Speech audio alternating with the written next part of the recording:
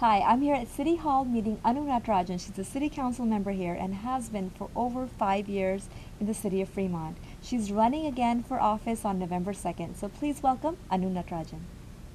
Thank you very much for having me. Thank you. Anu, you are running for your second term in the city of Fremont. How is that going so far? We've just started a campaign running for my second full term in City Council. I've been on the council for about 5.5 years now. The campaign's just starting. I think the next 70 plus days are going to be going full swing forward, and I'm hoping that a lot of people will come forward and help with the campaign as well. Yeah, and in addition to that, how are you engaging people? How are you bringing them into the campaign, especially the Indian community in Fremont? One of the advantages I've had is that I have done a campaign before, so I've got a database of people that did help and that have offered to help. So that's who you start with, and you've got your core team. And so we've been reaching out to people, got a lot of Indian Americans on my team. And one of the things that I'm committed to doing is to get the younger Indian Americans involved so they can see what a campaign's about, get engaged, get energized, and hopefully get interested in being in politics too. Yes. And you know, last time when you ran for the first time, what were some of the challenges that you had then, as opposed to what do you think you will have as a challenge this time? Last time, it was a fairly easy race. It was just 4 contestants for 2 seats. Okay. And so it wasn't seen as much of a competitive race. We did do a full campaign. We had a full slew of volunteers helping out, and we did that more as a learning experience of how you run campaigns.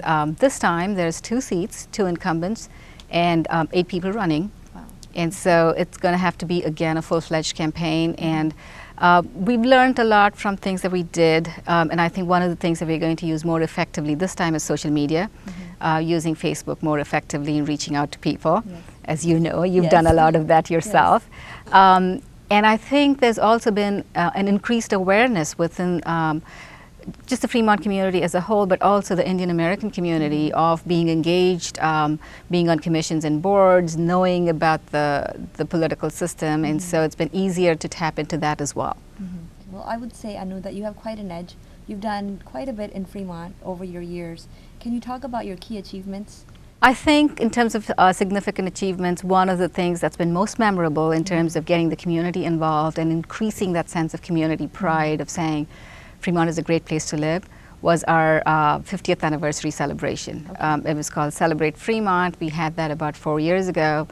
I was the event chair, put together a 2-day event at Central Park, and it showcased all of our diversity, all of our talent, our arts, our music, and brought together 800 volunteers. Wow. And so for the first time, I think in a long time, people put aside their labels of I am a Muslim American, I'm a Sikh American, came together as Fremonters. Yes. We started off the event with probably the most visually compelling event, which is called Hands Around the Lake. Okay. We had several hundred people, all in orange t-shirts, holding hands and circling Lake Elizabeth. Okay. And to me, that was so symbolic of Fremont coming together. Yes.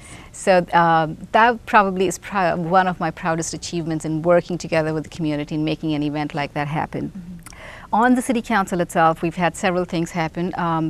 BART to San Jose finally got funded after many, many years, and it's under construction now. So that's huge, not just for Fremont, but for the region and for transit options for people to get to Silicon Valley, San Francisco. So I think that's very significant. We've completed several parks, the dog park, the aqua adventure, the water park. We have, in partnership with Christy Yamaguchi, the Always Dream park that was started. We upgraded a lot of the tot lots so children can use these parks more effectively. We acquired over 100 acres of parkland because I think Fremont is known for its parks and for its emphasis on open spaces, and we want to keep that going. And then we've had several significant projects, again, to facilitate BART, like the Paseo Padre underpass, the Washington Boulevard overpass.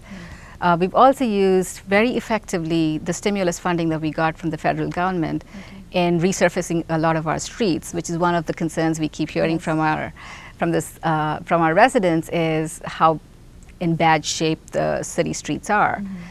So we've used over $10 million in resurfacing our streets. And I think the biggest issue, I think, in the 4 years has been balancing a budget. Okay. Given the downturn in the economy, given the state taking away some of our funds, both in redevelopment and city revenues, it's been a hard thing to do to keep the budget balanced and keep the city services going as far as we can. Yeah. And what is your vision for Fremont? That's the biggest thing, you know, in the upcoming years. My background is in architecture and urban planning, and that's what attracted me to getting on city council. I've served, as you mentioned, on the planning commission and then on city council now. For the past 4 years, the city's been engaged in updating its vision for the next 20 years. Updating a document called the general plan, which sets the policy and the direction for where the city wants to go. Okay. And so that's been a significant milestone. We've had over 80 community meetings, over 35 work sessions at the council. And given my background, I've been very, very involved in directing that to make sure that what we're doing over the next 20 years is completely sustainable, that we lead Fremont into being a really healthy and thriving community in the future with great jobs.